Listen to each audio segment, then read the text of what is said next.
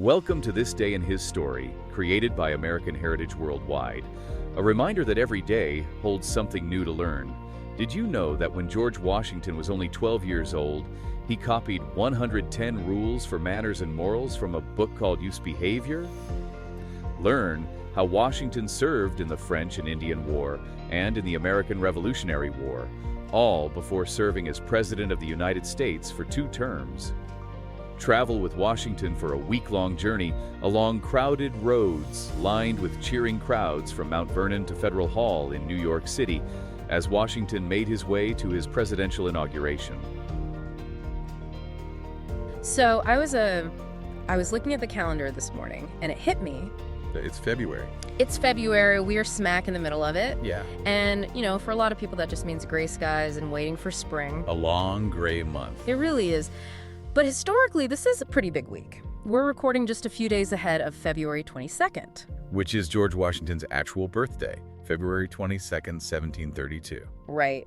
And Washington, for most of us, I think he falls into this weird category. He's on the dollar bill, there's the monument, but he feels, stiff? He's a marble statue. He's not a person. Exactly. Not a guy you could imagine having a conversation with. He just feels so distant. But I've been digging into this pile of sources we pulled, letters, accounts from people who knew him, some really interesting analysis. And that's the goal today, right? We see him as this finished product, the general on the horse. Yeah.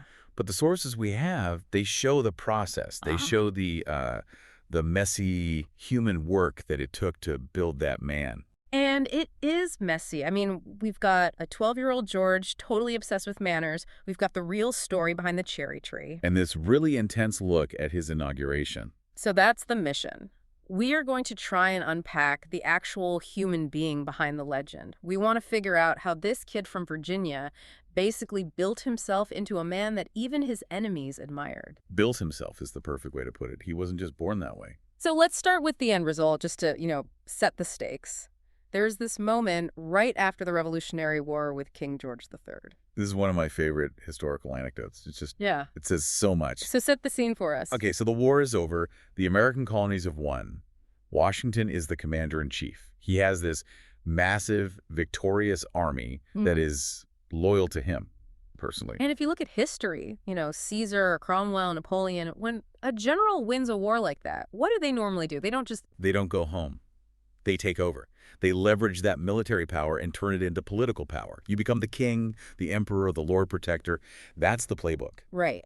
Power is sticky. Very.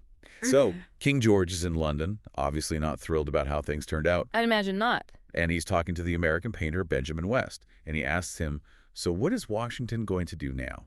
Assuming he's going to make himself king of America. Of course. And West says no, he's planning to resign his commission and go back to his farm. And the king's reaction? He was stunned. He reportedly said, if he does that, he will be the greatest man in the world. See, when I read that, I have to ask, did he really say that? It sounds a little too perfect, doesn't it? Like something we'd make up. It does sound perfect. Yeah. But the sentiment was real. People at the time were baffled. Voluntarily giving up that kind of power was just... it wasn't done.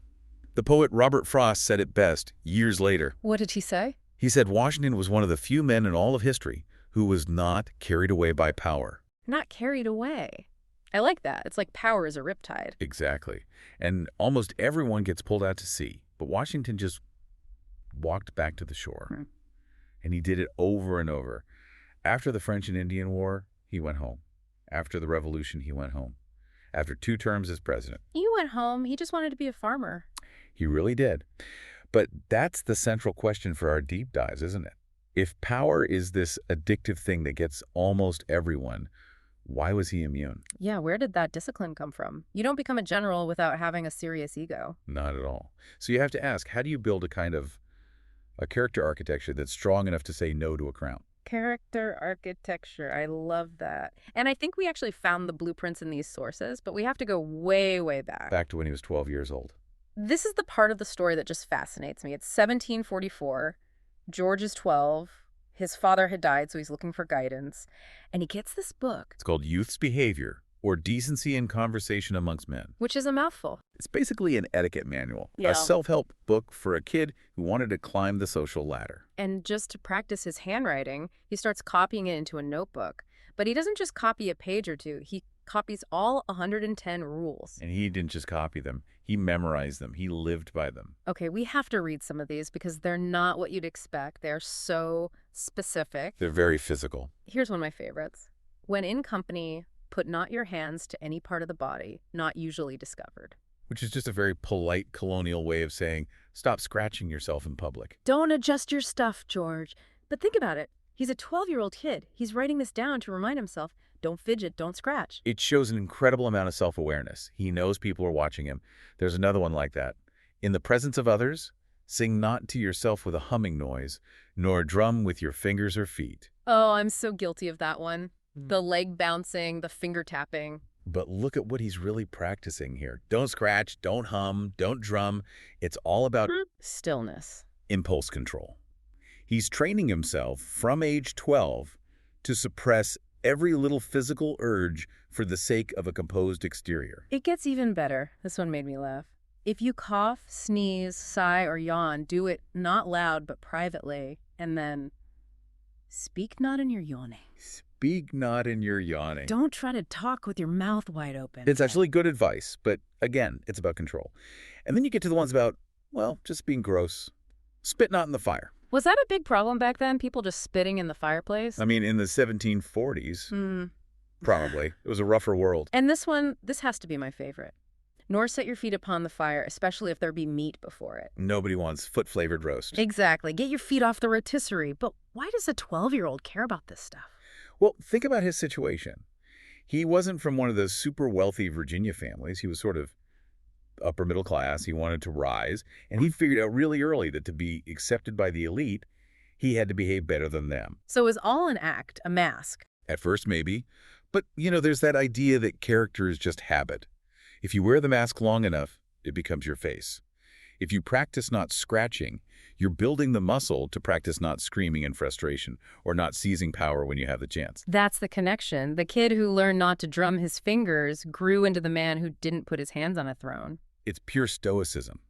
The idea that your internal state, your ambition, your anger is private. The world only sees the calm, controlled version you choose to present. There's another rule here that I think speaks directly to his leadership. Sleep not when others speak, sit not when others stand, speak not when you should hold your peace. That's a masterclass in reading a room. Sit not when others stand. It's about respect, about deference. It's about making the group's comfort more important than your own. It's so calculating, though. It's, I will be exactly what this moment requires me to be.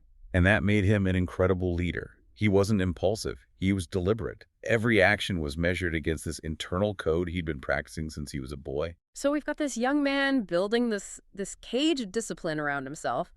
But that's not the story we all grew up with. When I think of young Washington, I think of a hatchet. The cherry tree. Of course. We have to talk about it. Little 6-year-old George gets a hatchet, chops down his dad's prized cherry tree. Dad asks what happened. I cannot tell a lie. I did cut it with my hatchet.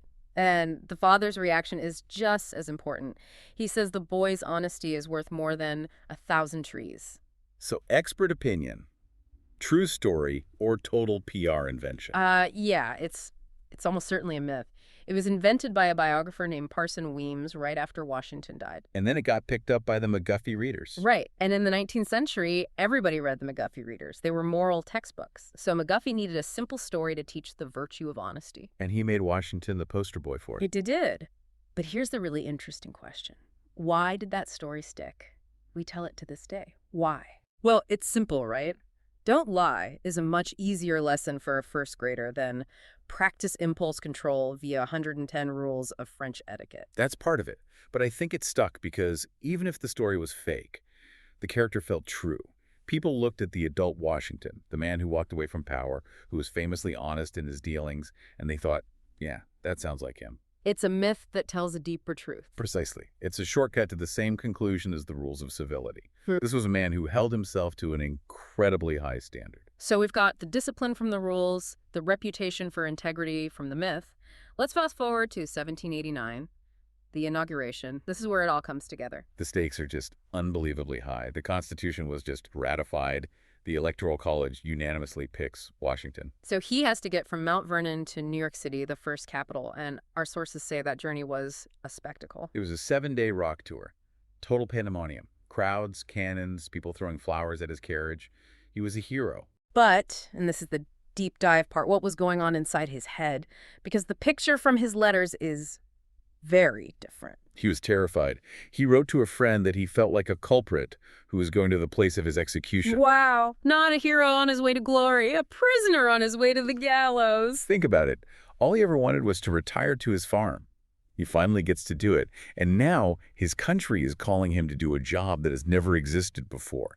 No one knew what a president was supposed to be. So all that cheering just sounded like pressure to him. Crushing pressure. And this is where we see that Private Washington, the one protected by the rules, we have that account from Isaac Potts during the war. At Valley Forge, right, the lowest point. The absolute lowest point. And Potts, who is a Quaker, is walking in the woods, and he comes across Washington all alone, on his knees in the snow, praying out loud. And Potts later said he'd never heard a prayer like that, so full of anguish and sincerity. That's such a powerful image. It's the complete opposite of the marble statue. In public, he's composed, stoic, following the rules. In private, he's on his knees, literally begging for divine help. And that duality, I think that's what made him human. He knew the burden was too heavy to carry with just good manners. He needed something more. So when he's standing on that balcony at Federal Hall on April 30th, 1789, taking the oath, he looks the part. He looks calm. But inside, he's that 12-year-old boy trying not to fidget, and he's that desperate general praying he doesn't screw this all up. It changes how you see the portraits. It's not arrogance in his eyes. It's duty, the weight of it. It's a performance, a necessary one, to hold this fragile country together. He played the part of the unshakable leader so well that we all forgot he was playing a part. Which brings us all the way back to the beginning. The greatest man in the world, the man who walked away. When you put it all together, the rules, the myth, the private prayer, what's the big takeaway for you? For me, it's that he wasn't born this way. We like to think our heroes are just different, special. But Washington was made. He made himself. He took this ambitious, raw, fidgety kid, and just through sheer willpower and a list of rules, he forged him into a leader. It was a self-improvement project. It was. Yeah. And that, I think, is an incredibly powerful idea. It means character isn't something you have. It's something you build through habit in thousands of small moments. He practiced not putting his feet on the roast so he could practice not putting his feet up on a throne. That's it, exactly. Small disciplines build a big character. So let's turn this back to us, to the listener. We live in a world that's pretty short on civility. We interrupt, we scroll on our phones while people talk, we speak in our yawning all the time, metaphorically. We absolutely do. So here's a thought to leave you with. Of all those rules, which one do we need the most today? Is it sleep not when others speak? Just pay attention. I think the one for the internet age has to be speak not when you should hold your peace. Imagine if Twitter followed that rule. The silence would be deafening. It would be beautiful. So maybe the next time you feel that urge to drum your fingers or interrupt someone or fire off that angry comment, just think of that 12-year-old kid with his notebook. And remember that the greatest man in the world was the one who knew when to go home. Thank you for joining us for this day in his story. May the lessons of yesterday inspire you to see God's hand today and to play your part in his story now. For more faith-based learning, visit ahsworldwide.org, the homeschool for faith and family.